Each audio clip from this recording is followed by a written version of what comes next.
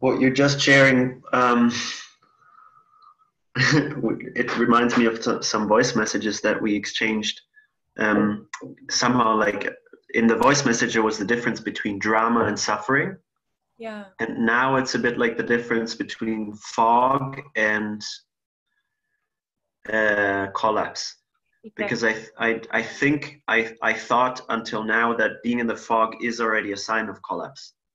Yeah, yeah, and it isn't, but it is like almost built onto the fog is the collective narrative of we are meant to be shut down and we are meant to be collapsed.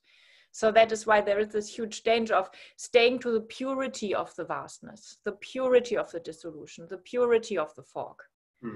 And if you somehow deal a little bit with it, navigate, manipulate, communicate a little bit with it, like could it be a little bit more direction and a little bit more mission and a little bit more about myself or something? Could I be a little bit doing better in this process? This is the moment when we are almost getting into some kind of self-image. How am I performing with the fog? And then we are going into depression. I do not deserve getting fully in. Wow. And that's interesting because in the end, the fog kills us and aliveness kills us. We are way less important for aliveness than we think.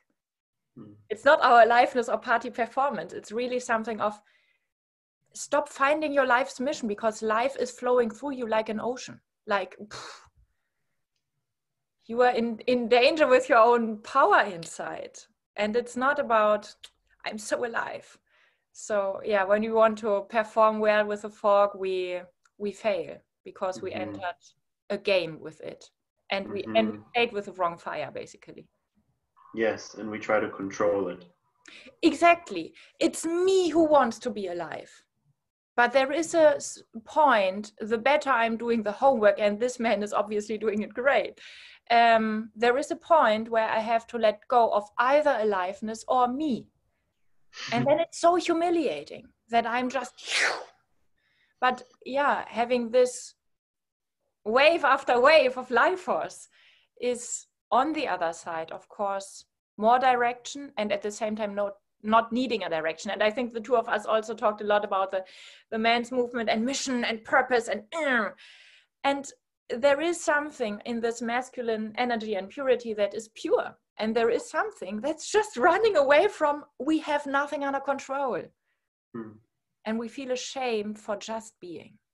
Yes. And we shouldn't have to decide between having a strong, powerful, impactful mission on a global level and being completely just of service to life without being important. Can you say more about the I didn't understand the last sentence. I think when I say, what I said basically in the last sentence was, we shouldn't have to decide between I have a mission, I have a strong purpose, I have a focus, this is just me, and I'm going for that no matter what until I die. This is a very pure essence, and it's like, it won't go away. But we miss it when we say, oh, my mission, oh, this is what I am. Because then we are never surrendering to life living us.